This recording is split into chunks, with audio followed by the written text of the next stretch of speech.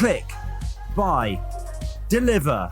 With remote purchasing from the 2-time Motorcycle News Dealer of the Year, Colchester Kawasaki. Proud sponsors of Chasing the Racing. 3, 2, 1, and welcome back to Chasing the Racing, episode 126. And we're delighted to be joined by Baron Von Grumble. And I know your first name's Chris, but what is it? Do you just go by Chris? It makes me. I've got to say, it does make me cringe a little bit. The whole Baron Von Grumble thing. Really? Just like, this is Baron, and people, even if I've met them like a fair few times, they still call me that. Uh-huh. And it's kind of like, I get it, but it's like, my name's Chris. Uh-huh.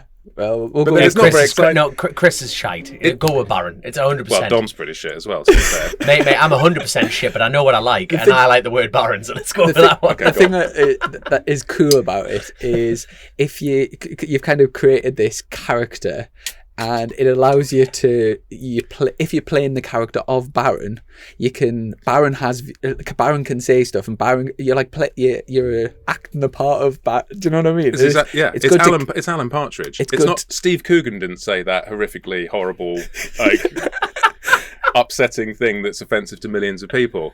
You know, Alan Partridge said it. Yeah. So. Do you put on a bit of a, like, are you the same, like, or do you... Have you actually got schizophrenia here? The way you two are discussing this. I think, to be fair, there's definitely mental nuances for sure, which we'll probably get on to later, but I think, without a doubt, it is my character. It's just ramped up a bit, and I know if there's something, I'll say it for the camera, and I'll be like a bit more... whereas if I was like on a date or something, I probably wouldn't say it. Yeah, fair enough. I'll tell you what, I'll just start by this. I'll all the way through lockdown. Do you know the old the news thing? Oh yeah. I that was the honestly news. that that was like the highlight of my week. Soon as it popped up, it was on a Monday, wasn't it? Monday evening, it would come on, and straight away I would have to watch it. Didn't matter how like busy I was, and it was just so funny. Thanks, and man. I really enjoyed it. That's really. For our listeners who haven't heard of this masterpiece, can you briefly describe what this is about? Okay, so this was it was Lockdown 2, The Revenge, and it was all getting a bit miserable, wasn't it? And it was kind of Christmas time and post-Christmas actually, and everyone had a pretty shit Christmas. So it's like, well, what can we do? We couldn't do anything either as your content creators. It's difficult. It was very difficult back then. So we're like, well, what can we do? Well, let's just sit in a room and make a sort of parody. Do you remember the Day Today? Like Chris Morris? You're probably a bit too young for this, but it was like a spoof news show, and they had really funny stories. But anyway, it's like, okay, well, let's just do that. So, and we got, well, hang on, haven't we got those wigs and stuff from, one of the Italian, I think it was the Italian budget bite battle when we had these horrible, disgusting gold suits and stuff. We're like, yeah, let's get those out and just be news characters. And yeah, I mean, the response was amazing. Like, people absolutely loved it. And did you watch any of them? I've watched a couple of them, and get out. Only a couple of them. I'm sorry, son. Do you know that, like the masturbate and the exhaust thing and that the growler? Showish growler, masturbate. I mean, it's all Genius. like proper kids' playground shit. But to be fair, that's what most of our channel is, with a bit of motorbikes thrown in. No, I thought it was hilarious, and I've got to ask you, do you know your impression of Julian Wright? I don't know why that's so funny, but Mark, you've got to do it. I can't do it now, because if I do it now, it'll come out really bad, and I'll be like, oh, he's actually not very good at doing impressions. No, it's great, yeah, so funny. It surprised me how good it was. I'd never done it before. Really? Never. It just came out. But I tell you, I'll send you the clip now so you can put it in and edit it. Yeah, there you are, a bit of cross-pollination now. I like how this is working. There we go. So, hey, 44 Teeth, the huge brand that it is. Where the hell did it all start from? Well, you had Al on, didn't you? We did, indeed. Am I peeking a bit here? Bob? That's what the Rich Energy does to you. Don't worry about it. You're peeking, It's actually quite nice. That's better. Yeah, that's nice. I can hear it. I can hear myself. Oh, saucy. There you are. Here comes the accent. Here go. This isn't just any podcast. This is the Chasing the Racing podcast. That's the one. This is actually quite nice, though. I will say that. There you are, straight off the bat. So where did it come from? 44 Teeth. Well, you had Al on. Yes. In COVID times, wasn't it? I think that was a remote show. Before we had this studio, actually, so we used to do them on over Skype. Yeah. Educated guess, what number was it? It was 40. Was it not 44? Must have been 44. And It would be terribly no, thrown away. I tell you what, it was 34. Yeah. It was like right at the beginning. Yeah. There you Something are. like that, yeah. So Yes. yeah. So we had well, where did it come from? I mean, so Al was at Fastbike. So he's obviously Al Fagan. We're talking about. He's obviously been in the industry as a journo. He's raced. He's done TT and everything. Yeah. Well, TT now. Yeah, he's done all that sort of stuff. So when I met him, I was just this sort of internet knob riding around London. I mean, I suppose that's actually where it really started, was with the Baron Von Grumble channel, which I cannot believe this, but it was 10 years ago. Just coming up for 10 years ago, I think, this winter when I started. So, and that was born from, I used to run a production company in London, in Soho, all very cool. And I used to ride in from Surrey. It was a long old ride, all winter, like rain, whatever. And it was just boring. It was boring. I kept getting pulled over for speeding. So I was like, I need to do something to entertain myself a little bit, because this is just shit. So one of my guys that worked with me, he called Ollie 333, if you guys remember out there, some of you might. He did this new industry called vlogging. And I was like, he was like, you should give it a go. And I was like, that is for absolute losers. I'm never doing that. That looks shit.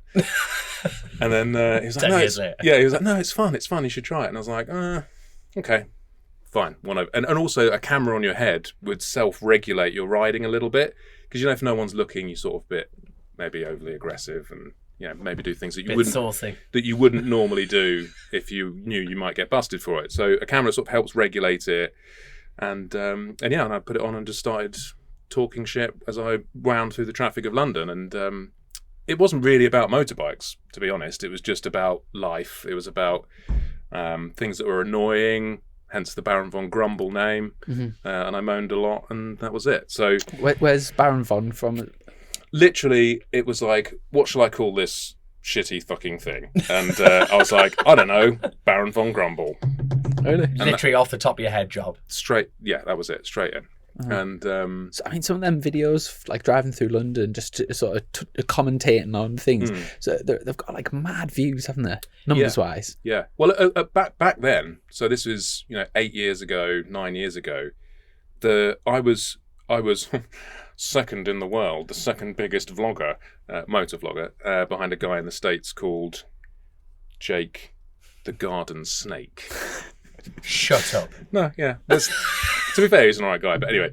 But it really blew up, and the views like nowadays under 50,000 is like that's a bit of a shit video, because now people get millions and millions, and the whole world has grown and everything's changed so massively. But then like 20,000, 30,000, 70,000 was like big. So and then I took a GSXR down a green lane, which was a bit of a accident. If you haven't seen that, that's pretty funny. What was the best? Was that the best video on the Baron Von Grumble? Well, it's hard to say what is the best. Like, how do you quantify best? Because views don't necessarily mean best. Like, and I'm sure you guys know this and get pissed off. It's like, hang on, you put a load of effort into making really good content. It's professionally produced. Everything's perfect, and it's getting 50,000 views, and then some guy videos a cat jumping off a wall into a bin, and it's like billions. And it's like, oh.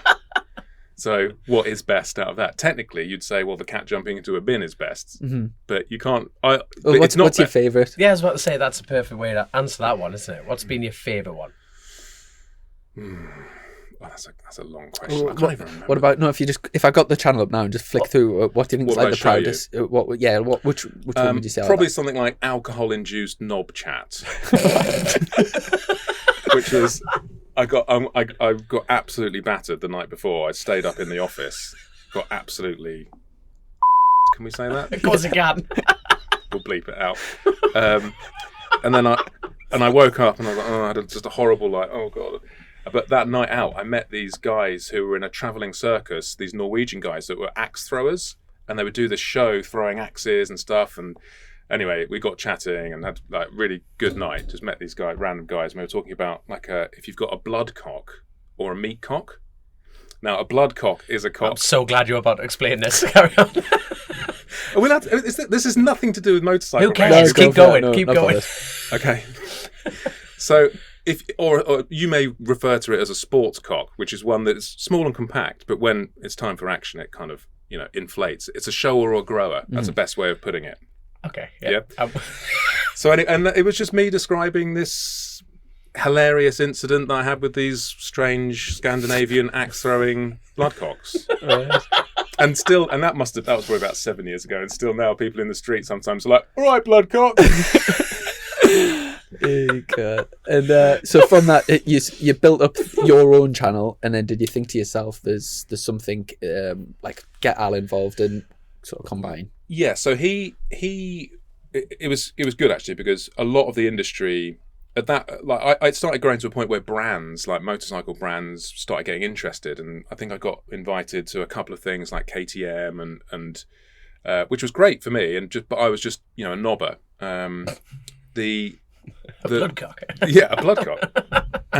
But the issue was, or one of the issues was, the industry itself was quite protective. So you'd have all these journos who are like, who's this dude? Like turning up, what's he done to prove his worth to be here to test these things?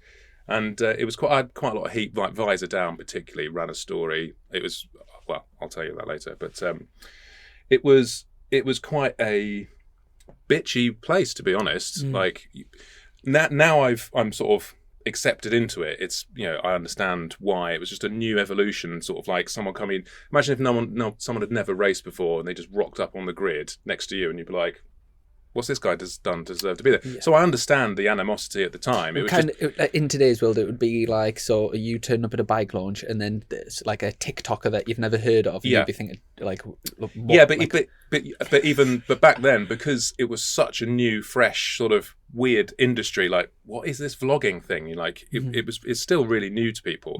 So there was this like scared new wave thing. And to be honest, I didn't know what I was doing, but it was, at the end of the day, I'd make a video going, here's a motorbike, I don't know what I'm doing, blah, blah, blah, blah, blah. But it would get 100,000 views, whereas a traditional journalist video, which they weren't even making, like they might put out a little video, would just be, it wouldn't get anywhere near the exposure. So from a brand perspective, it made sense. Anyway, and then Al called me up. He was working at Fast Bikes at the time. He wanted to do an interview, so he accepted and understood that this was maybe not exactly what I was doing, but something in that was the future of magazines. Because let's face it, magazines, do you even see them in the shops anymore? No, you don't. No, you have to subscribe. You have to actually go out your way to find them and everything like that. Yeah, everything's on these things now, isn't it? Yeah, and I mean, and I agree that's a bit of a shame, but the world has moved on. So anyway, we had that relationship. They invited me to Portimao to do their Superbike of the Year test. I think it must have been 2014, and went there, got on with him. Just about that time, I think another publishing house was going to buy out Fast Bikes, which meant Al would have to move and relocate. And anyway, the conversations happened between me and him. It was like, well, should we do something? It was like, okay, let's do it. And from then it's massively just grown strength to strength, and it's huge. Like I know people that are like not into bike racing, or massively into bikes, but maybe just have like a sort of, say, lads my age that they're concentrating on the jobs and the careers or whatever, but in the back of the mind they think, oh, like in the future I wouldn't mind getting a bike. They sort of interact with 44 Teeth because it's kind of like very, you don't have to be into racing, you don't have to really be that into bikes, but you could say watch a superbike review, really enjoy the content.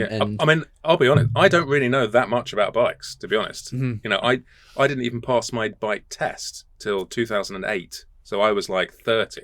So it wasn't like, again, you guys have probably grown up with bikes since a young age, and Al, racing motocross, and 4 years old, 6 years old, do something else. BSB and so it's not necessarily it's a motorbike show for sure, but it's more about it's not more about entertainment, but there's a massive entertainment element, and I hate the comparison between Top Gear, well, old Top Gear, but it is in that vein of let's make an entertainment show. Of course it is. Because you got to entertain people, because otherwise it's a carbon copy. If you don't have that element of it, it's we didn't plagiarise it, everyone. I think a lot of people as well like could sit and say watch with the wife or the girlfriend. They would have no interest in motorbikes per se, but would enjoy like watching like the Baron Von Grumble. Do you know what I mean? Yeah, and you get, I mean, because we're actually thinking about doing a second channel as well, because we generate so much content, but this is again down to YouTube algorithms and how that's all grown, and it's still like a really complicated issue. But we end up with you have to be very precise and concise with your videos these days. It's like, what is this video? This is a dyno run on a Kawasaki H2R Bosch. Like, it has to have everything in the title, clickbaity thumbnail thing. There it is. So when we do like a budget by battle or a review, we might have a funny incident. Like, I think we made a video called 24 Hours on a Ferry, which was on the way to something, and we just filmed so much funny shit of us just getting wasted. And it's got nothing to do with motorbikes. I think we might talk about bikes in it, but we're just videoing some like weird Asian gymnast sort of doing backflips in this really crap sort of like, hey, and us doing a quiz on this ferry. And, you know, it's great content, but not really for your channel. Exactly. So I think we're going to sort of, we've got plans to. Is any jobs going? I would love to get wanking on a ferry on the way to anywhere. That would be outstanding. To be fair, that's right up my street. There are jobs everywhere if you work for nothing. Well, you know what? You know what? I'm a woodcutter by trade. I work for nothing anyway, so I might as well get on a ferry. Yeah, I mean that like honestly, but money though, you know, it is a really tough industry to, as I'm sure you guys know, motorcycling. Because everyone who's in it is so passionate about it, there's always someone next to you that's going to do it for nothing or for less than you will. And you've got to be so committed. And, you know, I didn't enter it going, I'm going to be a millionaire. I'm going to start a YouTube motorcycle channel. Like it's, you know, that's not the way to do it. If your goal is to earn a shitload of money, but, you know, so it is tough. And, you know, I would have earned, well, it was probably only the last couple of years that we've actually been paying ourselves properly. I mean, and I say properly, a salary that is regular. You know, it's not even a living wage. A living wage. Yeah. Like honestly, you would earn more in McDonald's. Yeah. But you wouldn't have the laughs and experiences. So. And sitting in a trailer on a Friday night. So exactly, and talking about knobs. Since you've taken Boothie on as well, I used to sort of race in the same paddock as Boothie, and good Such mate. a lad. Yeah, he's a great lad, and he's been a great addition to the channel as well. Like I really enjoy his inputs on things and stuff. Yeah, he's really finding cool. his way now, and it's interesting seeing a lot of the comments. Like, because it's kind of like, oh, how does he all fit in? And everyone's like, oh, hang on, this was a twosome and now it's a threesome, and what's going on? I don't really understand it. But then There's nothing wrong with threesome. No. well, it depends what's in it, to be honest. Content's everything at that point, Chrissy. Correct. But yeah, it's really interesting to follow what the viewers pick up on, because again, our channel, it's not like views are one thing, like brilliant, but it's all about the engagement. And you look at our videos compared to any other sort of similar journalistic brand, and it's the engagement, and it's the fact that people are willing to give us money and support us and comment on us and support everything we say, and like, oh, you know, great, this is brilliant. That's where it comes from. And seeing the comments being really positive towards Boothie were really nice to see. So, and he's great, like his onboard videos, like chatting on a bike, the way his brain operates is just hilarious. And he is extremely, extremely fast. Oh, he's proper lad, yeah. He is far from a mug, you know what I mean? It's not just someone you've picked up outside of Weatherspoons, you know, the lad is a pilot, like 100%. Well, he was it 14th in Senior TT? Yeah, and that's not nothing to sniff at. He once ran over me on. I used to ride for it. We've gone from well done at the senior team. Yeah, here we go. I used to ride for a team in Stock 600 called. They were sponsored by Haribo Star Mix Sweet. You might remember him. And the guy that used to run the team, Derek and James used to run it. Derek had a theory that riders struggle with left-handers, so he used to book Scunthorpe Speedway track once a year so that we could go and practice left-handers on speedway bikes. But obviously, as you know, you don't have brakes with speedway. So like there was me, Johnny Blackshaw and Boothie together, and I just got in front of two of them, and I went sideways and span round, and I was obviously just a sitting duck, and Boothie ran straight over us. But every time, do you know what that is? If for like a stag do or like a lads get together, a day at a speedway track, hire like a load of bikes, it is not on the big 500 track, it's just like a little practice track, so it's relatively safe. You're guaranteed to hurt yourself but not hurt yourself properly, and honestly it's such a laugh. Just looking at your face, this is content, like here we go. Let's get have you done that? Have you done? No, not yet. It's brilliant, honestly, really, get it really done. good. Yeah, I mean, you know, it's probably something we'll get onto, but age, fitness, like you guys, you're in your prime. You know, I've just ticked over 43. I'm 110 kilos in kit. As Donington round a couple of months ago in the piss wet, I do not fall off bikes very well. Like now, I'm still injured. Really? Yeah, I mean it's minor stuff, but it's like. I know you're sort of playing yourself down a little bit, but as you just said before about not even passing your test until you're 30, and you like say when you think of all the experience Al's had, like racing British Championships and proper, like from a kid racing properly, when you two go out on track, like say if you're both on any 1000cc bike, really he should be like way faster. Oh yeah, it pisses him off a lot. Where it's, Sorry, mate. Yeah, it's not as big of a gap as it sort of should be. It used to be. Yeah. But it's his fault in a way because I just followed him, and it's a different way of learning. But if the best way to get faster is go out with fast people, right? Yeah. You're never going to get quicker if you're the fastest in the group. You need to find someone else and go, what's he doing that I'm not? Yes, I. So when it first started, it was quite a big chasm. But then, as the years passed, it was like, okay. You've done a few days with Brogy as well, haven't you? Brogy used to coach. Done a few days. He can't keep up now, though. Do you know? I seen him earlier today, and I said, "I've got you coming in here," and he said, "Get them talking about the maids, mate. The maids. He loves talking about maids." That's actually quite a good accent there. It was pretty good. Yeah, he's some boy, Steve. Like I worked with Steve for a few years, and honestly had the biggest laughs. And he's great at his, like I really rate him as a coach. Yeah. And he's just a great human being. Yeah, top lad. Yeah, I often see him out because he works with some of the track day companies, isn't he? So out there, but yeah, he's good. So obviously, besides Steve Brogan being the biggest name you've ever worked with, without a doubt, it's Steve Brogan. Who was second on that list, and who's the biggest name you've worked with?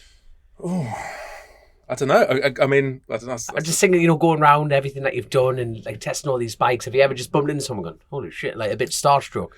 Again, it's weird for me because I don't really. Again, I didn't until I started racing literally this year. The racing thing, it just hasn't been my genre. I've never really understood it. I haven't known enough about it. It's like, oh, that's cool, but cool. Now, this year has been a massive eye opener. But going back to that question, what's the best thing I've done? I don't really know because I don't really have the historical. Oh my god, that guy did something really amazing because I just don't know it. I'm like, yes, I. Sorry. No, fair enough. No, fair enough. I was probably having a scampi and chips around the corner when you did that amazing thing. I don't know what it was. That's not like a, analogy for anything. What's the best thing? It will be after this show. I do get asked that question quite a lot, and I keep forgetting the answer that I always go, oh no, it was that. But I think it's about the experience, and one of the best ones was, and I'm shit at off-road, like really bad, but we did a Mick Exton's tour, a Dakar section in Morocco, and then some dune riding and stuff, and out through these like crazy nomad villages, well, not even villages, but seeing the nomads in these other little kind of crazy places around the world, and all these kids coming out and like waving, and it was proper like, this is a world experience, which is nothing like doing, Donington Park Donington Park in the wet. It's complete. It makes you grow as a person, and those type of experiences are the ones that sit with you. Yeah, I mean it's amazing riding. All like you got 10 of the best superbikes in the world lined up at Portimao, and you got 4 days to go and hang around with your mates. Yeah, brilliant time.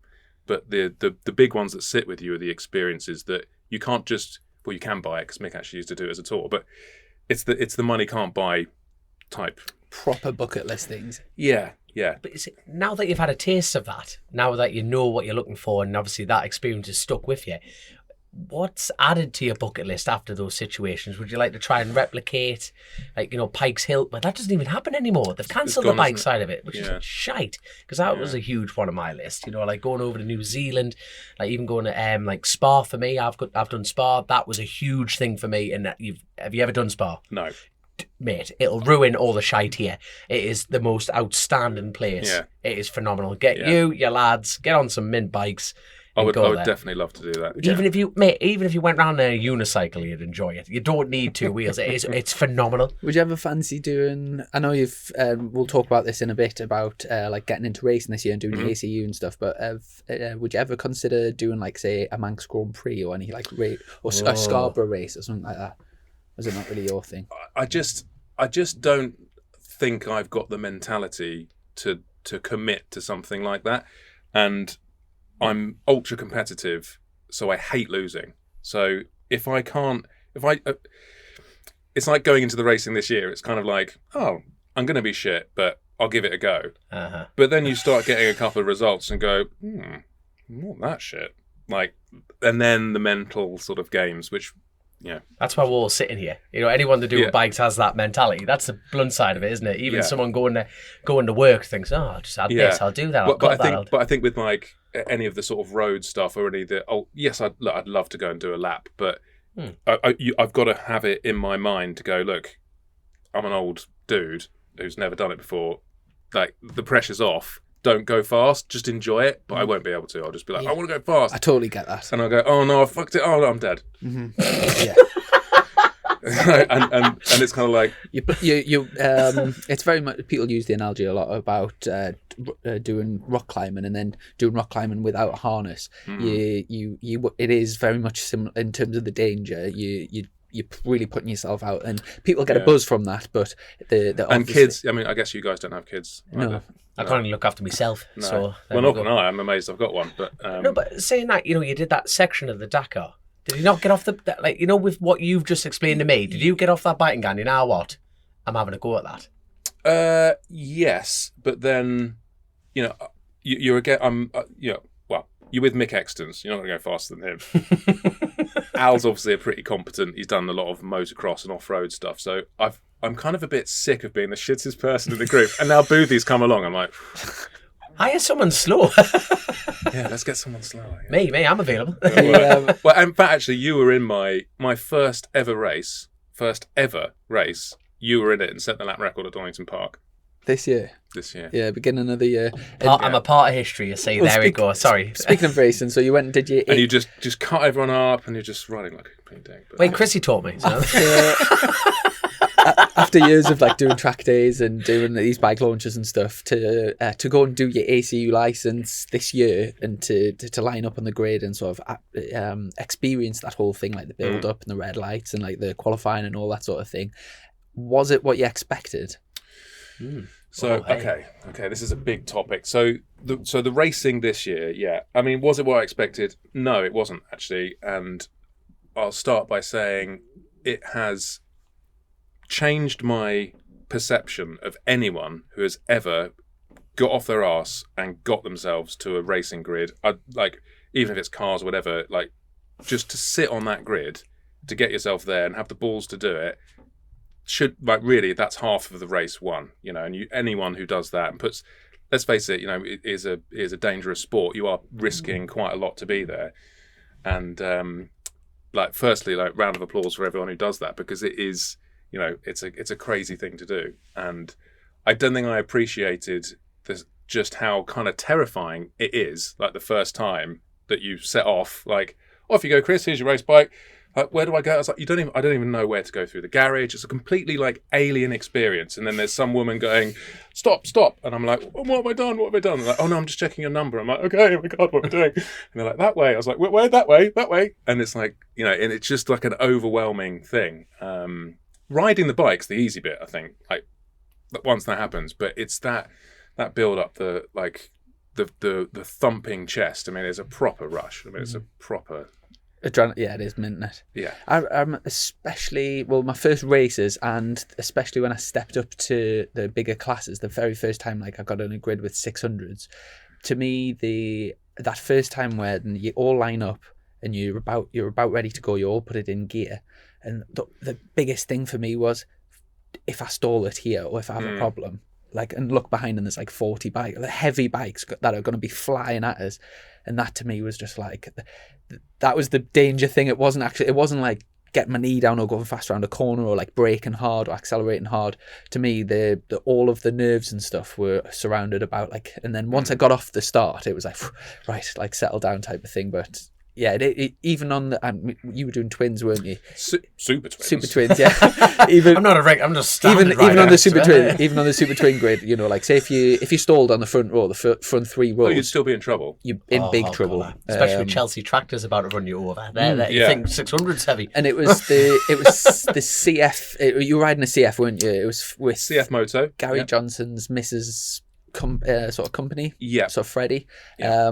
The bike's a bit of a development thing, like a sort of Chinese You'd say copy that. of a Kawasaki ER6, isn't it? It's like based off Kawasaki. I'd say perhaps loosely based around. Yeah. Basically, it's Kawasaki crankcases and everything on the engine. Yeah, but I mean, But it is. But to be fair, the bike, I think actually over the course of the season, that bike actually proved to be much better than everyone thought it would be. Definitely. And but I mean, the round one was particularly bad. There's a whole, if you guys want to watch it, I'll put a link in it. There's a whole video series of like the first round, second round, third round.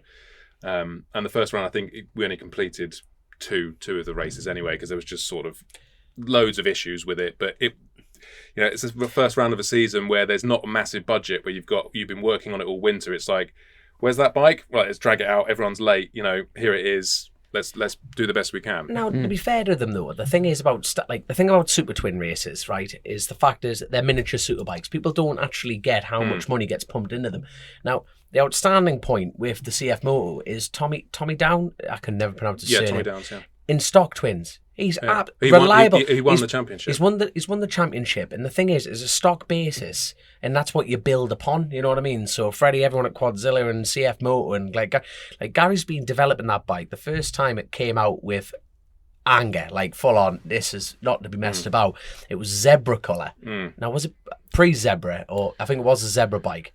They called it Marty from Madagascar, and he came through bottom of Solby. Right, I broke down. Super Twin racing, you gotta love it. I broke down and the thing was just crisp. You know what I mean? Full all-ins, front, rear. I mean, Trigger was working on it at that point. The thing was flying. He did just shy of 118. Farquhar, who was pissing off with everyone at that point, you know what I mean? He was developing the Kawasaki's. Gary was just a sniff off his arse on that. Unfortunately, Super Twin racing, they had mechanicals. But since then, they've just gone. You've had some good results this year for your first year racing as well. But did you get you got a race win, didn't you? No. Close.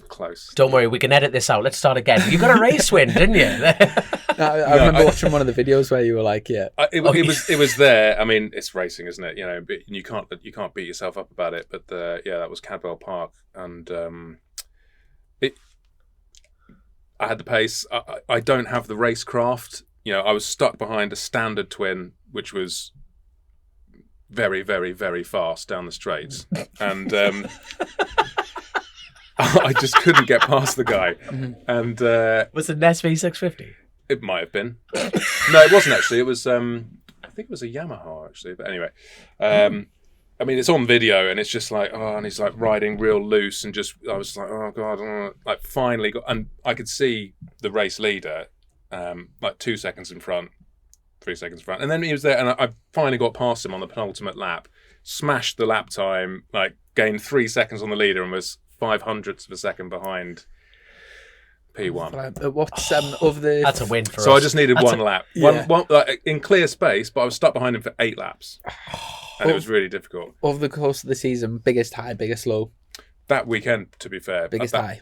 That was when it started to gel. So I'd done Donington Park, which was like, oh, this is fun, but I'm going to go and get an ice cream and just be a sort of spectator. And then Alton Park was really cool, which is where we did a little track walkthrough. I really liked Alton Park as well, actually. But Cadwell was where it started. The bike had a bit more development, so it started to become a bit more usable and easier to ride. And then, I think the worst, and this is the pressure thing, because again, I got 3 podiums at Alton Park, and then going into Cadwell Park, it was like, okay, right, I'm all right now. I've sort of, you learn the pack around you, don't you? It's like, oh, that's that guy. Yeah, I've got that guy. Oh, he's pretty good, that guy. Or he's got a really fast bike. And you sort of learn the field. And then open the program, going, oh shit. Yeah. Shit. Oh no. Oh, here he is. And so Cadwell was on. I was like, I feel pretty good. We had a practice day there, and then I put it on pole position for qualifying. I was like, wow. And then woke up the next day, so you have to go to bed, wake up the next day, piss wet. And I was like, oh no. Never ridden that bike in the rain. Never really ridden any race in the wet. Certainly never gone around Cadwell Park in the wet. So then you're like, right, off you go. I'm pretty shit at starting. But anyway, sort of like sort of third, fourth, fifth, whatever, down the back straight, and then into park, and it's like, well, where'd you brake? Never been there in the wet, not even one lap, so you're like, well, there, no, way too early.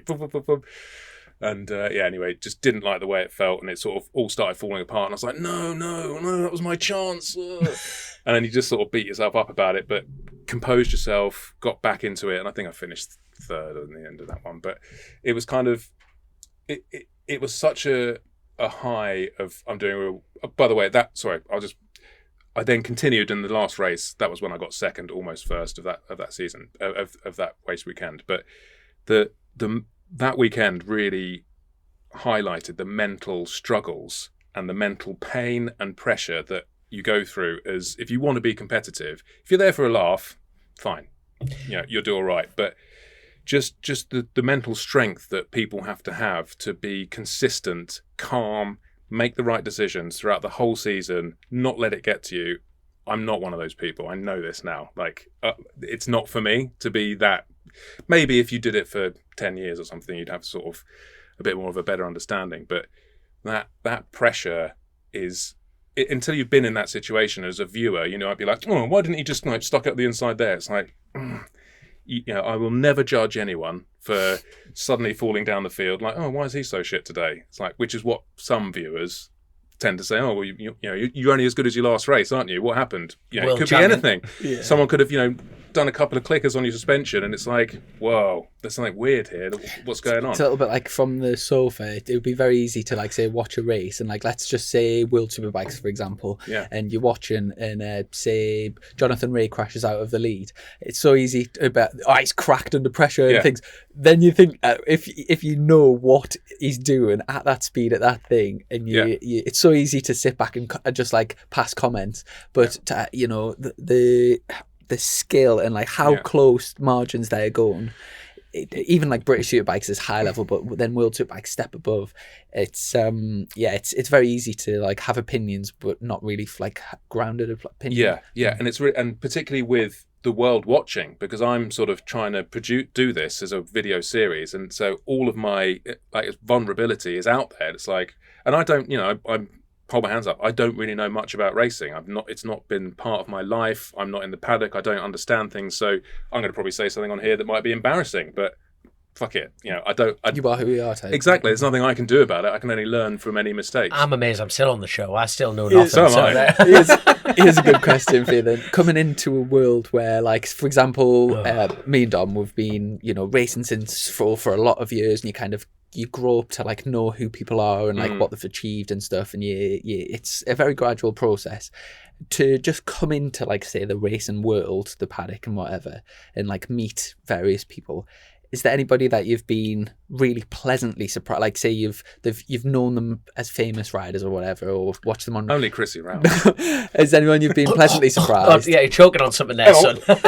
And is there anybody that you've always looked at and thought, oh, they're great personalities or whatever, and met them and thought of yourself they're really arrogant or Chrissy Round? But I'm not going to say that here. Really? You can tell us after then. I'll tell you after. Yeah. Yeah. Is there anyone the other way though, or disappointed or pleasantly surprised, or has it just been kind of exactly? I think at the end, again, going back to what I was saying earlier, you just don't know what that person's going through that day, that hour, that minute. He might have just had a phone call from someone that's told them some really bad news or whatever. You just don't. You can't really, unless they've gone, hey, you're a fucking dick and I hate you, get out of the way, and I'm an absolute obvious complete arsehole to you. Then fair enough, that guy's an arsehole. But I think you've got to the pressures of this, and this isn't. Again, I had the misconception of sort of British being it's all fun and games and stuff. But it's when you've got the entire grid separated by qualifying time, not even a second, and some of those teams have got a shitload of money, some of them have got fuck all, and everyone is operating on that limit that is so finite and close that the stress is. Taylor Mackenzie is a good example of this, wasn't it? He just announced his retirement last weekend, didn't he? That person was a huge shock. Mm-hmm. But I understand. I mean, bless him on that podium interview. You could see the outpouring, and I totally get it, because and it's not even in the same ballpark. It's not even the same planet. When I was sat at Cadwell Park in my hotel room, going, right off the start, I'm going to do that, I'm going to do that. It's terrifying. It's fucking terrifying, you know. And if you haven't got that type of brain that can wrap that up into a box and go, okay, well, I'm just going to swallow that and leave it there. Can take over your life. You can absolutely absorb yourself in it. And you mentioned on that podium that it's making them has been for a while, making them ill. Yeah, and like totally get it. Yeah. And yeah, I guess it's different for everyone, but like we've already talked about this in the podcast, and we wish Taylor all the best. He's like such a nice lad as well, like as a competitor. But I'm looking forward to seeing what he gets to in the future. Yeah, I'm sorry, but like that's the thing about racers, motorbike fans. You know, like you say, you can wrap them up in a parcel. Someone like him can't just switch off. He won't be just taking up the fishing rod and going doing something. So it's that intoxicating attitude that he has towards, quite frankly, life, not just motorcycles. He's up to something, and I'm looking forward to seeing what it is. And if not, fair enough. I don't know if you've been watching, but he's got a really cool YouTube channel. Yep. He's really got into that over the last sort of year, and his content's good and regular. And Mad Mark, That's brilliant. But I mean, I think maybe, you know, lots of people, when he's obviously got a passion for the industry, he's going to be in it, and maybe he will come back. But I think the difference is that the pressure will be released and it'll be different. And yes, you know, a happy rider's a fast rider, right? Yeah, if something's not right, forget it. Mm-hmm. You know, you just got to make the best of a bad weekend and get through it and try and get as many points as you can and go put it behind you. But to have the mental capacity to say that to yourself when you're riding around going, fuck, why isn't this working? I can't fucking turn it in. What's going on? I'm getting absolutely smashed here. I feel shit. And then to go, no, just keep going. You know, so you never know. He may come back in a different arena. I'm looking forward to it. Just random questions just came in my head. Do you know, like, say at motorcycle shows and like say the NEC and things like that, obviously with having such a big profile online and like in the industry, like for example, professional riders and people would get like stopped for like selfies and stuff quite a bit, and say signatures. I take it you get stopped for a lot of selfies and stuff. Does anyone ever ask for? He's got a cattle prod. Do you do autographs very often? Yeah, I actually drew there was a fella on a I think I was doing it was like a BMW Motorrad dealer tour thing. And so fans would turn up, and I think I had the new double R in the van. I travelled around anyway. And so there's some guys there, and they turn up, like real dedicated super fans. And he's like, oh, can you sign my bike? And I was like, yeah, you sure? Like, quite a nice bike. He's like, yeah. And I was like, what should I write? He went, do anything you want. I was like, anything I want. Yeah, anything you want. And I just drew a big jizzing cock on his pillion and seat cowl. He was like, oh, mint, love it. Thanks, mate. I was like, are you sure? I was like, yeah, love it. Way. That's so funny. So, I hope this pops up in the comments later on. And like, just pops up a photo of this. Maybe if it's still there. Massive jizzing cock. Yeah. It must also be, Matt, like a bit surreal when there's riders that have like, do you know, like say won TTs and done like crazy things, and then like say you turn up at a show and like you'll be like, for example, if you just take something like a metric of like social reach or Instagram followers or something like that. But I think about this all the time. If you look at, there's people sort of who in the industry, and then you'll look at like say like let's just take Jenny Tidmouth, and there'll be like people in MotoGP, and Jenny will have like more followers on Facebook type of thing, and it's crazy something to think about. Yeah, I think, but you can't. The world is, especially online, like you can't justify it or try and figure out a rhyme or reason. It just is what it is. Yeah. And these are the cards you're dealt with. You can change that if you want. I mean, I used to feel guilty. I used to think, why do I deserve to have all this attention and followers and da-da-da? And this guy's just won, super stock, whatever. And it's nothing, and you wouldn't nobody would even know and you work down a bike meet, who's that guy? Don't know. But then some people would be like, oh, you don't deserve this, and be all sort of like jealous about it. But at the end of the day, I hate that phrase, but at the end of the day, I've sort of circumnavigated my own guilt there and gone, well, hang on, I chose 10 years ago to pick that camera up. I edited all that shit. I lived through the brutal comment years of YouTube, which were brutal, like bad, like unregulated. I'm going to find you and I'm going to fucking kill you, and mate, horrific stuff. So I've lived through that, gone through it, dealt with it. Still hurts, but so I've been there and I've done it, and that's why I've That's why I deserve to go on this launch, Mr. Motorbike Journalist, who's getting eggy that I'm here and you're not. This was back in the day. I got off my ass and did it. So it's not. You can't just. You just have to accept it. And everyone has their pros and cons in life, right? And characters. To be blunt, in my opinion, you've had to work harder. In different fields on the social media side of it, it's a bit like I hate using this, but they're a perfect example of it. The Birchills, they have won multiple TTs, multiple lap records. They are world champions. Their following on social media is less than 3,000. You're 63, 64,000. But you see what I mean? That's like the social element of it. You know what I mean? They've worked so hard to be world champions at that, and then you worked hard at this.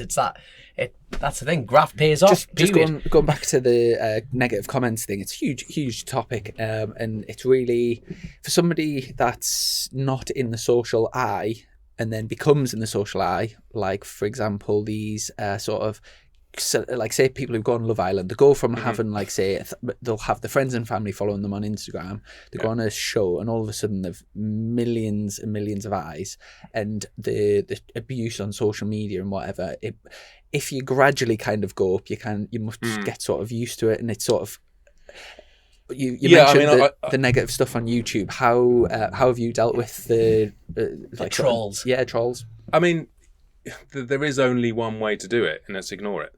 But unfortunately, I'm not that type of character. And, over the years, I reply, I get angry and stuff. But that's just me. And sometimes I take joy in replying, because a lot of the people that say stuff are particularly stupid, and they've tripped themselves up in their own comment.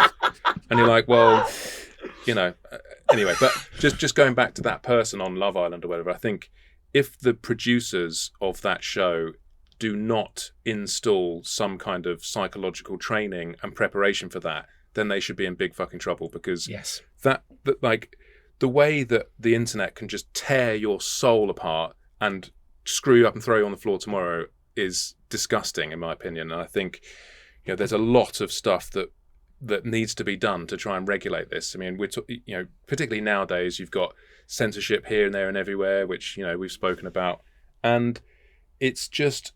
I actually find it a very dark world, and I think lots of people are maybe feel the same, but they kind of, it's like they're addicted to it, and they have to keep going to it and have to keep returning to it. I mean, how many times do you like pick up your phone and just sort of scroll without even thinking, I want to see something? You're just like, oh my God, no, put it away. Do you know, I tried to, just as a bit of an experiment to myself, I tried to do, a few months ago, I was doing like 1 day a week off social media, and the amount of times that I picked my phone up without thinking, so like I'd say like a Sunday, I'd thought myself, right, today I'm not going to go on social media. The amount of times that without any conscious thought, I picked my phone up, scrolled along, clicked the app button, and I'd like disabled them so I couldn't get on, but the amount of times I got to that point and clicked it and thought, oh, I'm not going on today.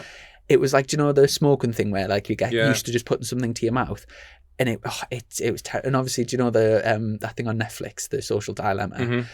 And when you understand what's going on, it's like and the sad thing is, we can all see it happening, and we all know it's bad. We all every one of us knows that something deep down in this digital society that we are feeding off, everyone knows there's something a bit wrong with this, but hey. We're all stuck as part of the same machine. You're stuck in it. I'm stuck in it. 44 Teeth is stuck in it. Chasing the Racing stuck in it. We're all here because we're now reliant upon it to perpetuate our careers. So we've now, everyone's brushed it under the carpet for so long, it now cannot be unbrushed. It's there. And do you know about the Facebook whistleblower from this week? So one of the biggest, actually, I've got a tutor group at work, like a year 12 tutor group, and I actually spent the full 30 minutes the other day going through this and speaking about it, because I think it's such an important, especially for like that sort of age group.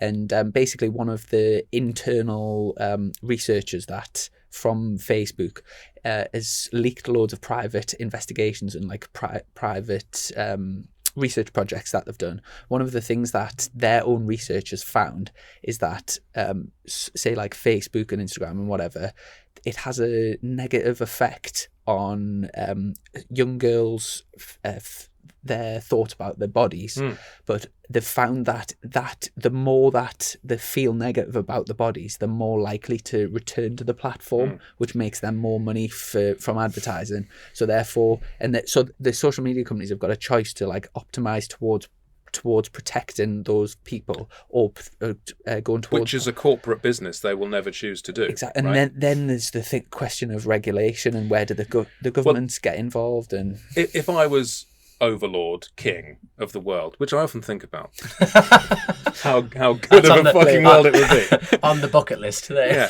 Yeah.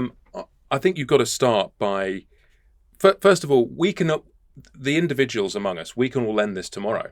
Like, if we think Facebook's too powerful, stop fucking using Facebook. But you won't. But you could. Mm-hmm. So if everyone said, we're not going to use this, they'd suddenly run out of money and they'd disappear, like every other business that goes out of business. But that's not going to happen. It's unrealistic to assume that. The reason all of these companies have got us, Facebook, Google, and Facebook also owns Instagram, if you're naive enough not to believe that, which is a monopoly, and WhatsApp, which is undoubtedly a monopoly, which is unacceptable in any other industry. However, the power they have is so great that you're never going to be able to break it up. But everyone needs to have responsibility. They need to have responsibility, and we need to have responsibility. And the way they've all got into our lives and weeded them and self-seeded itself embedded it into our lives is because it's free. So you can't pick up the phone to Google and go, hey Google, I've got my annual subscription here and I don't like what you're doing. They're like, it's free, mate. What are you talking about? So I think there has to be some kind of pay structure, and this works both ways. So the pay structure would be, you have to pay for social media, because if you pay, even if it's a penny, that company has to provide you with, there's a legal framework. If you're paying for a service and a product, then the rules change. So there would automatically be a higher level of responsibility and responsibility to the users. And the users themselves, these anonymous trolls, would also have to pay to be on it.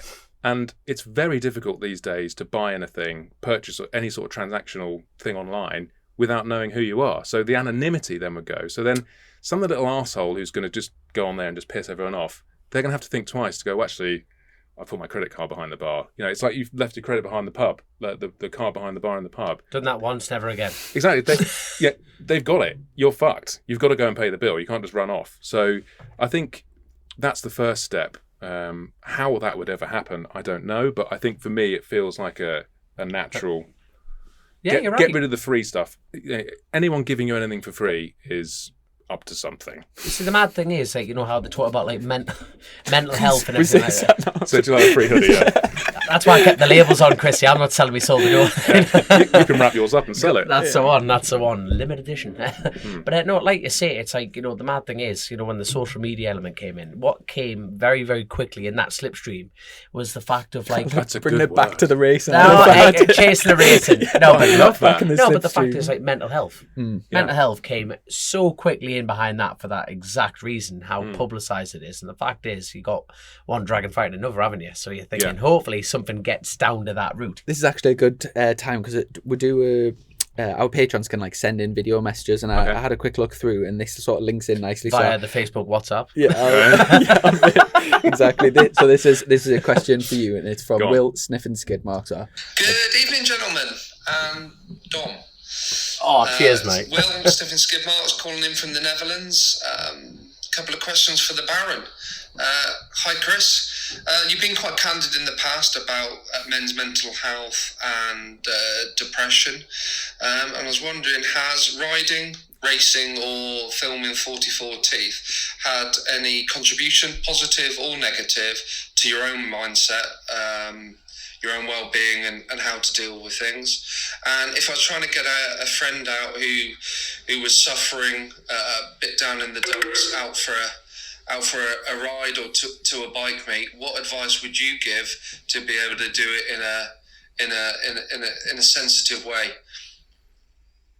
Thanks. And will we ever see you back on Twitter? Because you missed. There we go. So, Well, yeah, Will. so links on to the Yeah, mental. very, very important. Before you get going, you've got to get him out on a ride. The Cornish pasties. He's like for the Cowton racing team. He always turns up. He comes. Oh, he's a all- mate of yours, is he? Oh yeah, no, he Yeah. turns up with a freezer bag, heated bag of cold, Proper pasties. proper jobs. But did you just say cold? Yeah, cold. But then you won't, mate. They're not going to land all the way from Cornwall up over, are they? Oh, They're going to be okay, cold. fair enough. We're Okay. talking about logistics here. This He hasn't got is a Chinook. You know? Sorry. Anyway, that very serious question. Answer it. Sorry. Pasties. Yeah, I mean, lots going on in that question. I might just come back to it. So, yes, I think I have been vocal about mental health in the past, and I'm as open as I care to be about it. I definitely have suffered it for many years. In fact, this year, I think, again, in the news show, I talked about it, where I came off the meds at the beginning of this year. And that was, so one of my issues was anxiety. So the medication was there to try and control that. And unfortunately, what it ended up doing was, you wouldn't have the highs and the lows and the sort of scary. You just sort of bobble along and just have a sort of unempathetic, uncaring, everything's all right.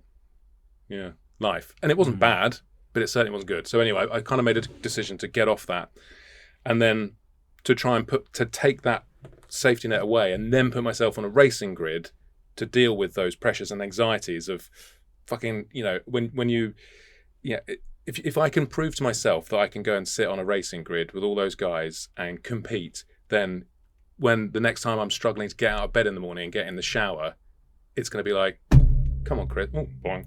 It's like, come on, you managed to do that. You can do this. Come on, get on with it. It's not as scary as doing that. So that was kind of one of the reasons where going into the racing helped, I think. Although I certainly uncovered other deeper mental aspects, the racing is maybe not so good, which is the sort of anxieties that come with putting pressure on yourself. And anyway, so his question was, has it helped?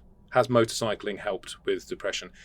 I think overall it has. I think there are not many experiences in life where you can jump on a motorbike, put a helmet on, quiet down. This is not racing. Racing is completely different. I think that is probably overall, 50-50 whether it's helpful or not if you're dealing with those type of demons. But to just go on a road ride and clear your head, get some space, I think it's a form of meditation for lots of people, and I think you can easily, run through some problems you're having. And in fact, that was another reason why I used to do the video blogging. I would talk about my problems, and then even just talking about it, no one was around, obviously, but I was talking to a camera, which was like talking to someone. And sometimes if you talk to, actually let these issues out, then sometimes you can maybe find the answers. But mental health is a terrible. It's a terrible crossroads.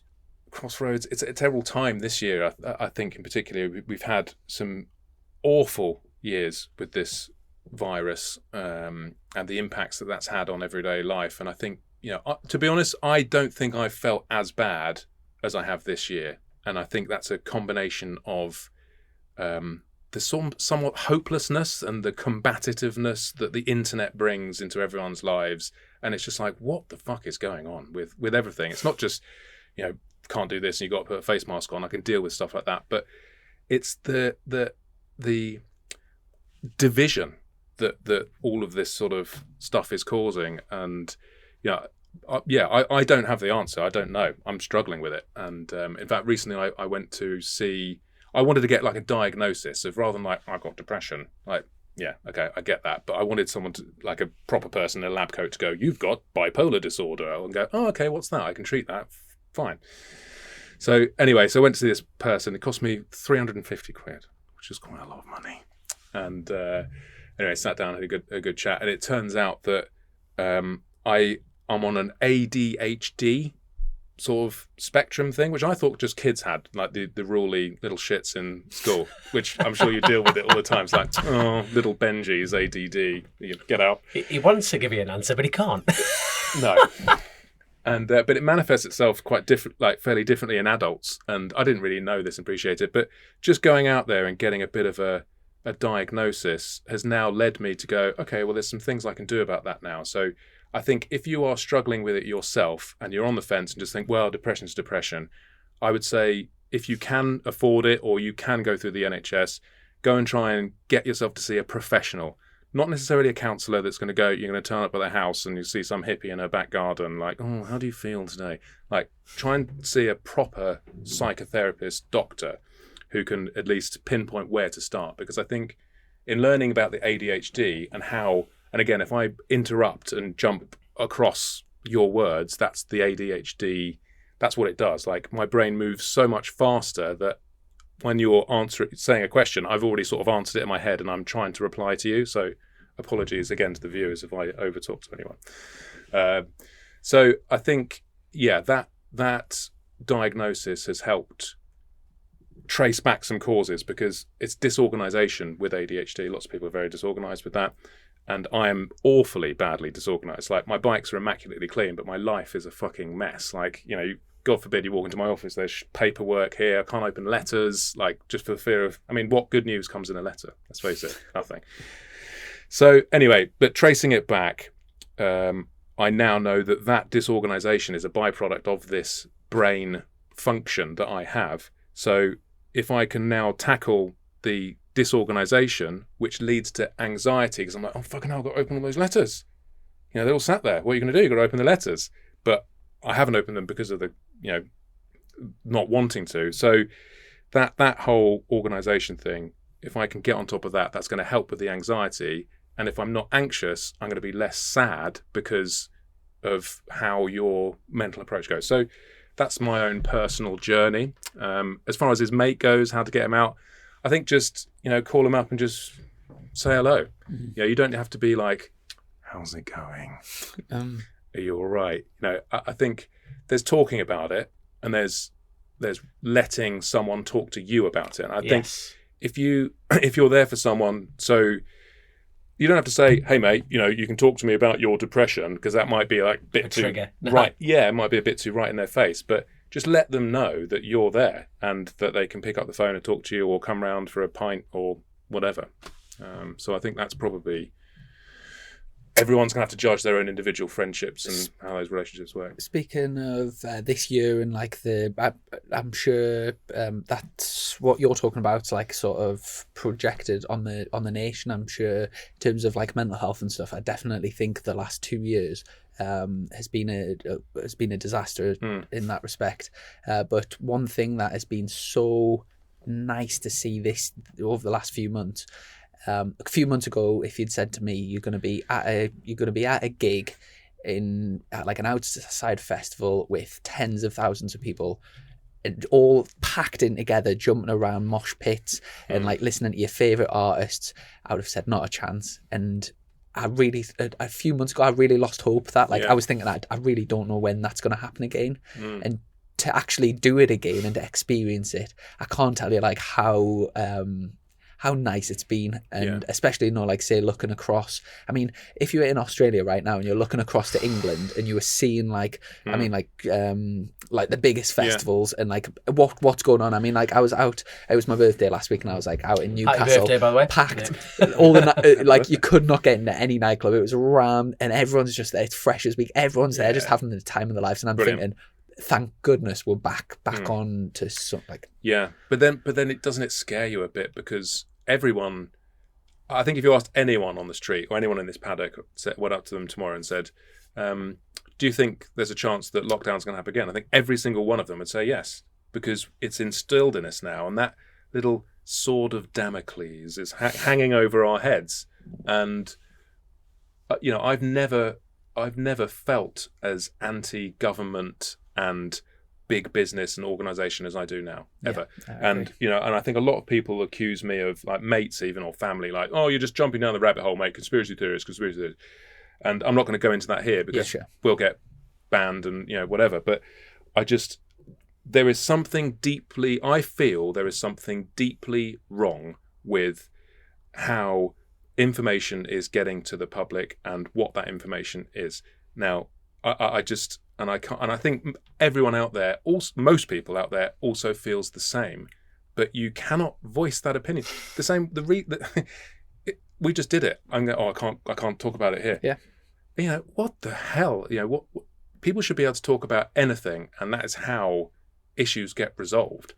But the bad ideas get the best thing. If like someone's got a ridiculous opinion on something, the best thing is to give them fresh air, because then good ideas and good articulated arguments can like destroy, like pull it apart, and then basically it's. But by stopping it. It then people find out about it and think you're not allowed, or do you know what I mean? And it builds builds this like, know what you're talking about, the division. I've never known it to like, it's awful. But then, and but then it's we're told that the division is there, and it's projected on us saying there's division everywhere, everyone hates everyone, you know, this group, that group. But actually when you're in a group of mates, the division kind of isn't there. So is it a fabrication? Is it just something that we're being, you know, told to think? I guess it's you highlighted it earlier. Australia, I know they're in a different stage of their, you know, pandemic thing, but how can one country be getting, which nobody I'm sure will see unless you look for it, how the videos of the police Have you seen it? beating up old ladies and spraying like pepper spray in their face, and bullet guns chasing them off the streets. it's just horrific. In Australia. Do you know when we were in like my mate who lives in Thailand, they cannot leave. They are not allowed to leave the door. Do you know, like when we were in the strictest lockdown, where you weren't supposed to be more than 5 miles from your house if you went for a jog type of thing, walking your dog, you got and you were getting fined and that. Things that's where there's places in Australia right now that are I'd say that. it's worse. It's worse, and the Australian listeners, I hope you're Dave O. Johnson. Yeah, there will be people listening to this right now in places where you're Australia, not allowed to go. Yeah, but it's just like, okay, so why is that system saying that's the answer, and then this system is saying that's the answer? Get Creamfields back on, and nobody seems to. I'm so tired of trying to rationalise what I consider to be poor decisions. Is that the only place you're left to look is to the irrational, and then the irrational, which is a conspiracy theory, which is what people call these things. The only places to look. You know, at the end of the day, you can't hide the truth. If you're genuinely saying something is fact, here it is. Put it out there. And if you are racing a Kawasaki, that is fact. Okay, it's down to me to kind of like try and prove that you're not. But you can't tell me that. You know, if you suppress me and said, "Oh, don't listen to Chris because he thinks I'm riding a Suzuki," but I'm not. It's like, okay, well, I can say you're riding a Suzuki and turn up on the grid, and clearly you're riding a Kawasaki. It's a bit of an ambiguous argument, but you know what I mean. So let those, as you said earlier, let those bad ideas out and let people make their own decisions. I think there's the public of the world are so much more intelligent and more capable of making their own choices. And I think if it's up to me to go and smoke a cigarette and hurt myself, then that's my decision, and I'm allowed to do that. I can go and have a beer. I can go and race a motorcycle at stupid speeds. I can do all that stuff. It's my choice, and I think you just need to have those choices. But I don't want to go too deep. Yeah, 100% agree. Back in terms of what motorbikes, it means, in terms of motorbikes, obviously the pandemic's had a big effect to 44 Teeth not being able to do things abroad and stuff for a while. Is everything back on track to look like? What have you got planned for can you talk about what you've got? Yes. So we've just finished shooting our Budget Bike Battle 5, which is people have been very much looking forward to, which is the scooter one with I've got a BMW C1. Quickly, there will be a few of our listeners that don't know what BBB is, so give a quick rundown of what it is. So the BBB, the Budget Bike Battle, that is it was born from scouring eBay for a cheap shit bike. The first ones were, I think we did a ZX7R versus a 750 SRAD, which 3 or 4 years ago were pretty cheap bikes. Now everything's gone mental, but so the plan was, let's buy them, let's have a little Top Gear style battle. We'll ride them. I think we tried to ride them to Africa was the aim, and then filmed the bits falling off and what you get by buying a shit bike off eBay. And I think we did some laps around Almeria on the way, and you got to Cambridge. Never got to Africa. No, to be fair, we got all the way down to Marbella, I think, and then the jigsaw then wet the bed.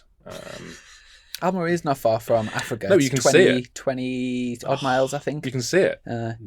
Yeah. In a way, I was quite glad we didn't, because it was you can't. There was loads of camera. Like you can't take cameras and expensive stuff over the border into Africa. You get a lot of like. There was a lot of logistical stuff, and I was like, "Oh God, I can't be bothered with that shit." So I was kind of quite glad we didn't make it. And then over the time, quickly run down what were the bikes involved in the second one? That was my favourite one. That was my MV Agusta.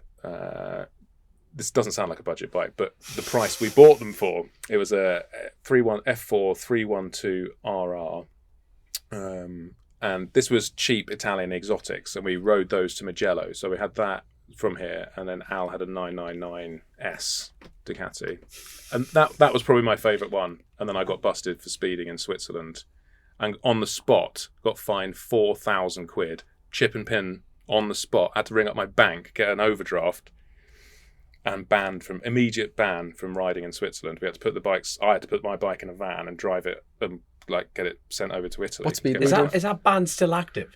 No, it was. I think it was a 6-month ban, and then when I got back to the UK, then they sent me a load of letters saying, in German, like, it's interesting. You get in trouble in this country. You have like 15 languages. Like, everything okay? You know, they were just like, this is our language. You have to go and I had to find an interpreter and sort of figure out all this stuff. And all I saw on the note was 12,000 euro fine. I was like, what? So it was a 12,000 euro fine. Well, 12,000 Swiss franc, which is about 10,000 pounds. Jesus wept. Or 41 days in prison. And I was like, oh my God, this is pretty bad. But then I take the 41 days in a heartbeat. I definitely would. I think Swiss prison would be quite nice. Wouldn't it? I said it Chocolates in the video. And cheese. Learn a bit about banking corruption. You'll be all that's right. it. Tax evasion. You come out the other side 10 grand up. Well, some good mates. That's it. Gunter. Prison time, bit of prison. But it turned out it was on translation. It was a suspended sentence. So if I went back to Switzerland in 3 years and did anything naughty, which is very easily in Switzerland, like a U-turn will get you like 500 Swiss francs. Bosh. They are absolute. It's mad how strict they are in that sense and how chilled they are in other sense. You mean corrupt?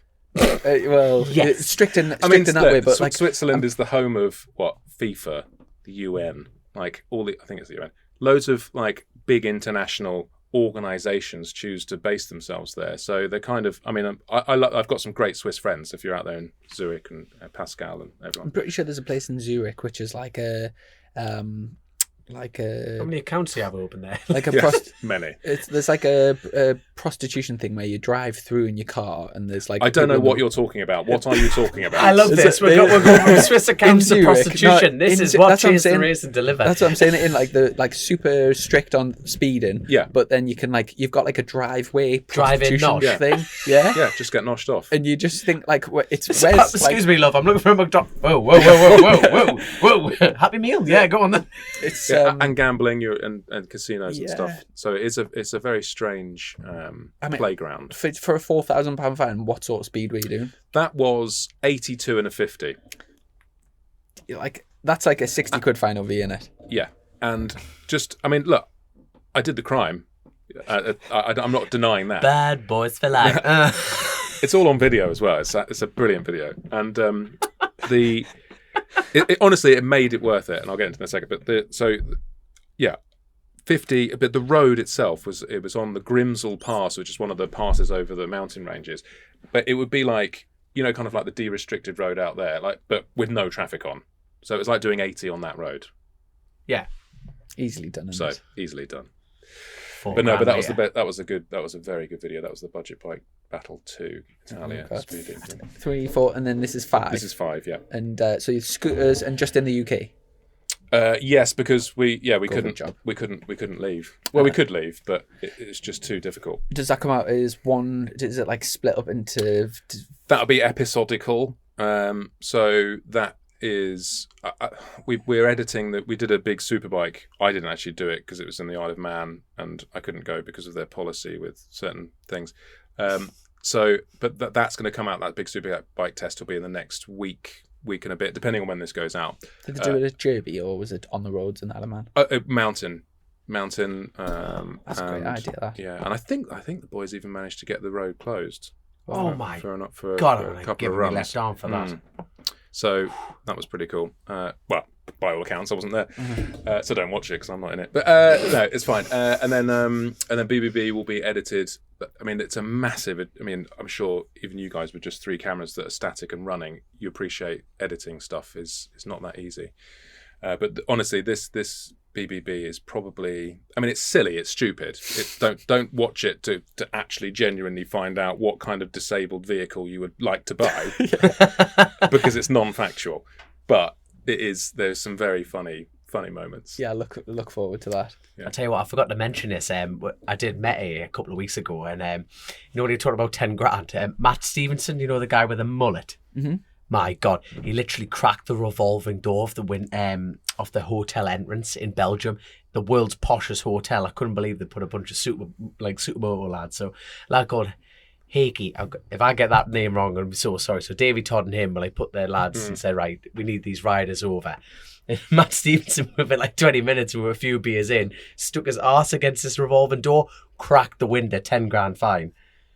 10 grand fine straight off the bat like that. Wow. Had to hand over his passport and everything. You know, revolving door fully engraved and absolutely everything, man. It was such a crack. Well, it shouldn't. I mean, it broke from a buttock. Yep. I wasn't there for the buttocks moment, but by all accounts, he said his arse broke that window.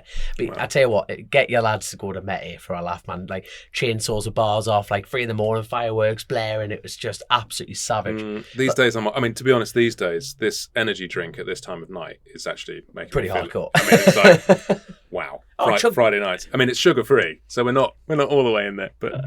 Chuck Boofy in the deep end, he'll be straight over. Well, I did actually have to pull Boofy's trousers up at a holiday camp because he was scaring minors. Good lad.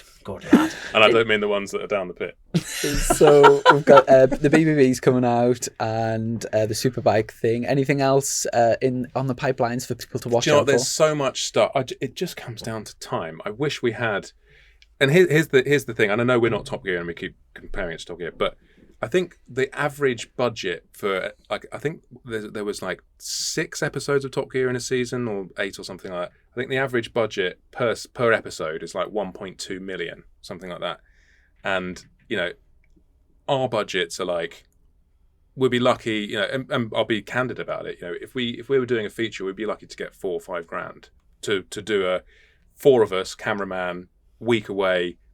Before you've even started and travel and hotels, that's it. You know what you're gonna do. So, the budgets we have and the time we have to do it.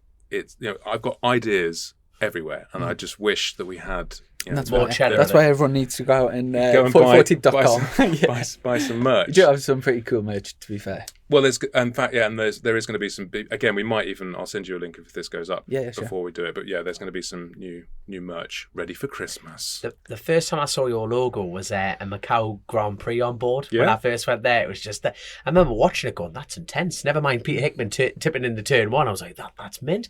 Proper editing. It was fantastic, man. Yeah, that was demonetized, that video, because the just political people that own videos.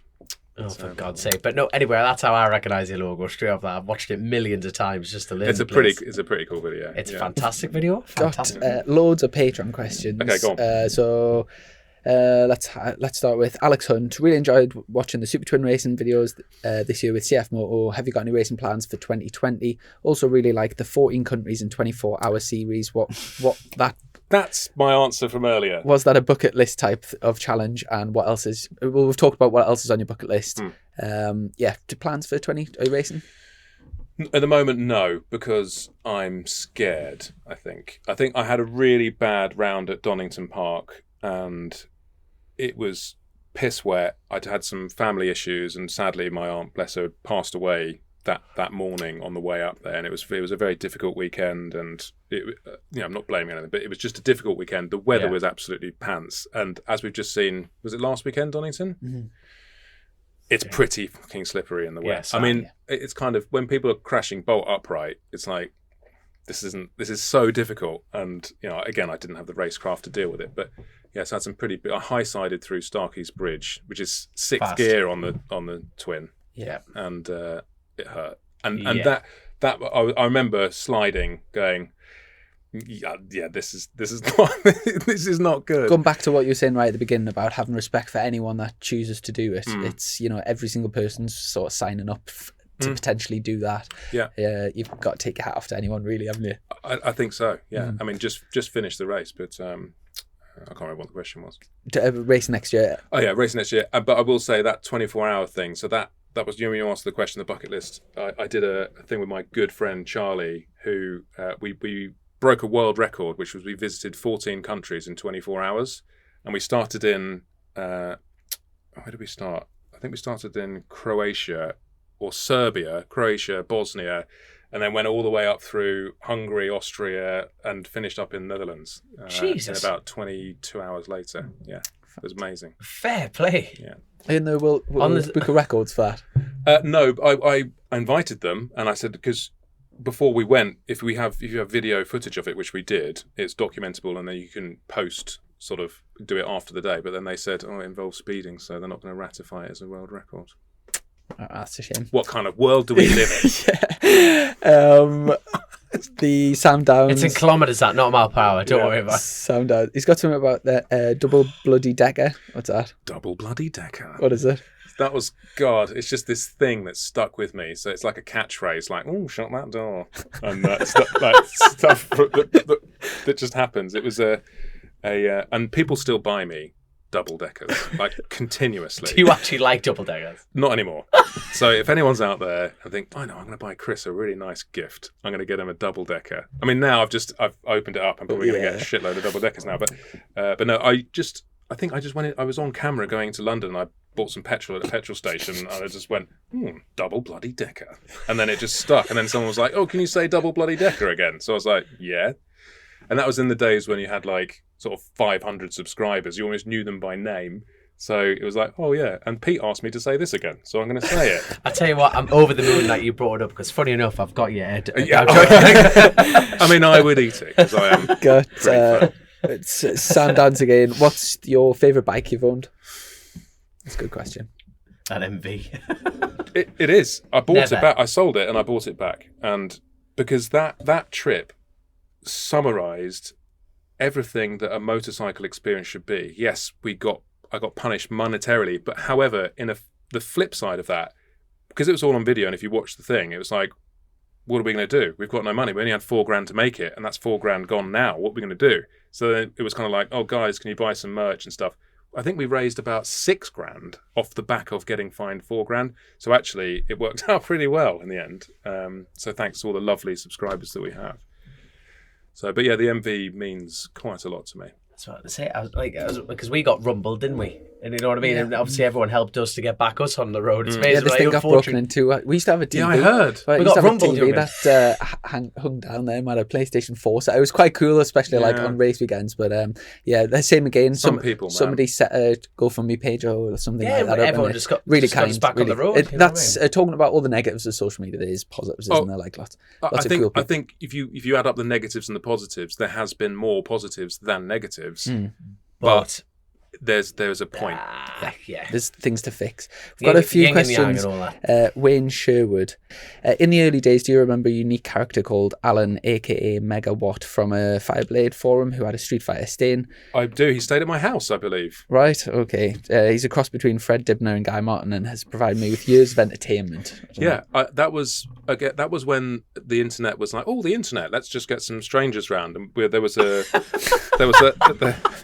and we all put our keys in a bowl. We pull our trousers down, and the money followed. And the money followed, and then 44 Teeth was born.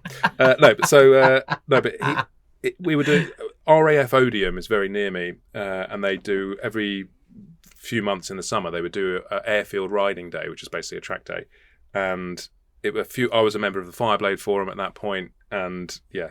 This guy, and it was like, oh cool, well I only live around the corner, so if anyone's coming down from up north or whatever, you're welcome to kip in bring your tents, kip in the garden, it's all like put your tents up, it's fine.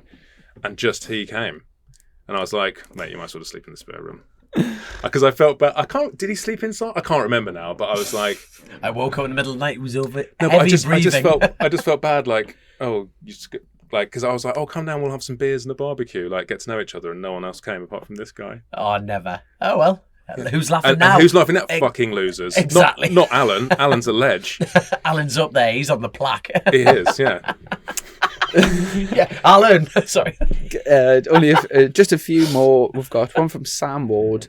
In fact, we'll go. Yeah, That's a ledge. Mr. Perkins. What's Mr. Perkins? You have an incredible taste in bikes. So this is another somewhat unfair thing, which I should probably not bring up because it's going to probably backfire. But so we've got nicknames on 44 Teeth for some reason, which Al kind of publicised and made up. So Al's nickname is Jason Statham, the action hero, celebrity, Bald. sex god, and, just general all-round lad that everyone likes.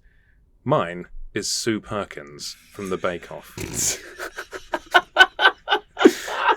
Which I find a little unfair. It just goes to show how Biased Al is when he comes to editing videos. How sex appeal can travel. How invested your listeners and viewers, because there's loads of questions relating back to that, and I'm well out of it. But it's so now it's just like you do have Perkins. a community really in it, like a proper invested. No, there's a but word that's why for it's that. so good. There's a word for that. It's called a cult. Because he's going to take over the world bit by bit. I would love to take over. I'd definitely like to have my own country. How good's this? It's time, mate. Switzerland, take that. They've got plenty of money just to overthrow them. This will make you laugh. So we've got a patron called Ted the Head, and he said, "Hello, Captain Bloodcock." Again, Captain. So as you fairly recently got your that's A2 license and have done a few races here and there, do you have any advice for the older gentleman thinking of signing up to a race? Also, haven't seen you participating in the Free Tech 125 thing again. Too dangerous. Looks mayhem. Cheers, Ted the Head. Two very good questions. So we're signed up for Mallory a couple of weeks, I think. Are you? Oh shit! Yeah. Good fucking luck.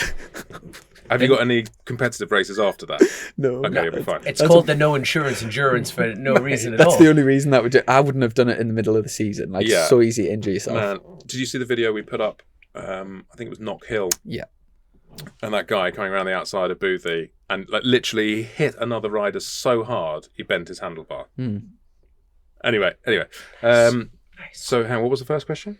It was about the advice to older gentlemen. Okay, so let's start with that. Or older ladies. Or older ladies. Yeah. I think the advice... The Super Twins, I can only talk for that because that's the only series I've ever done. The Super Twins is a very... If you just had a decent bike and you turned up and you didn't crash it and you just consistently went to every round, you would finish pretty high up because... People like you turn up with your fancy bikes, you do one round and then you go and then you do something else and someone comes along. So the key to the game there is consistency and just enjoy it. Don't, and again, this was my issue at Donington. I was like, I'm fourth, there's third. I reckon I can get that. And I couldn't get it. It was like 2 laps left and I was like 4 seconds back and I'm not going to gap them 2 seconds back. But that was my inexperience, and I pushed too hard and just dropped it. So I think if you can, as an older gentleman, if I was going to advise myself, I'd say do it. Forget about the results. You will pick them up. Just be consistent. Don't be a knob, and just try and just calm down. I think. Fair enough. Last one, which I think you might be interested in, Hayden Gibson, who's he paints Dom's helmet and lots of other sort of good top lads. HG Customs, is it HG? HG Customs, HG Customs. He says, just like I say, I'm a big fan of all the 44 Teeth stuff when I'm not listening to Chasing the Racing. I'm and a watching free paint job. you guys on YouTube. Also, would you like your helmet? He's basically offering a helmet job for you. So I would love a helmet job. Yeah, the next time. He has got a big ginger moustache, so it would be very comfortable. He's very good. You've got to say, I do have I've been meaning to. I do have an Arai actually with another person waiting to be sprayed.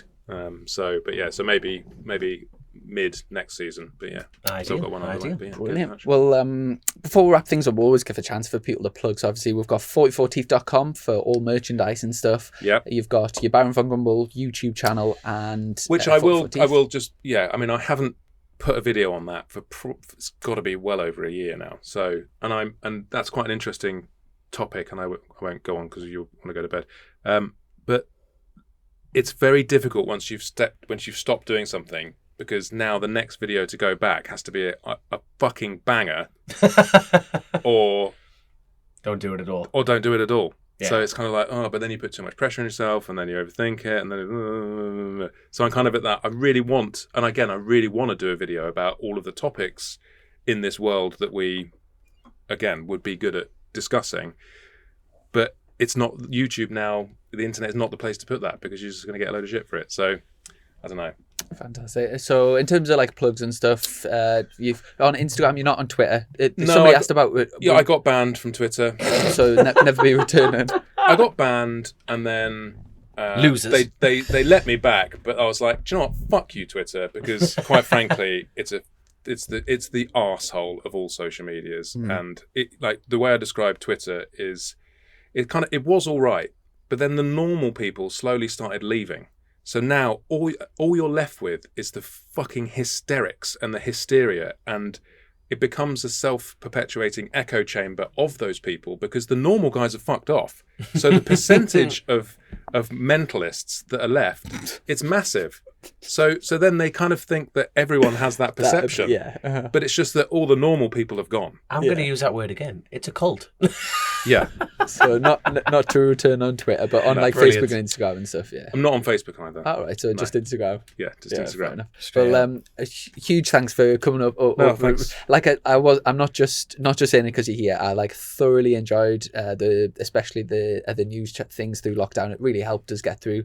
And I love all the work on YouTube and stuff. So keep it up. Thank you very Love much. to see it. And We'll have to have you back soon. thanks very Definitely. much. Thanks. Yeah, Al's pretty jealous because he didn't get to come on. He was just on a remote COVID island thing. We'll maybe do the two of you sometime soon. could We'll do. have a catch up. And Happy days. brilliant. Thanks so much. And Cool. a big thanks to our sponsors, Colchester Kawasaki, and also to our patrons. Catch up next week. Cheers. Thank See you in a bit. Take care. Click, buy, deliver. With remote purchasing from the 2-time Motorcycle News Dealer of the Year, Colchester Kawasaki. Proud sponsors of Chasing the Racing.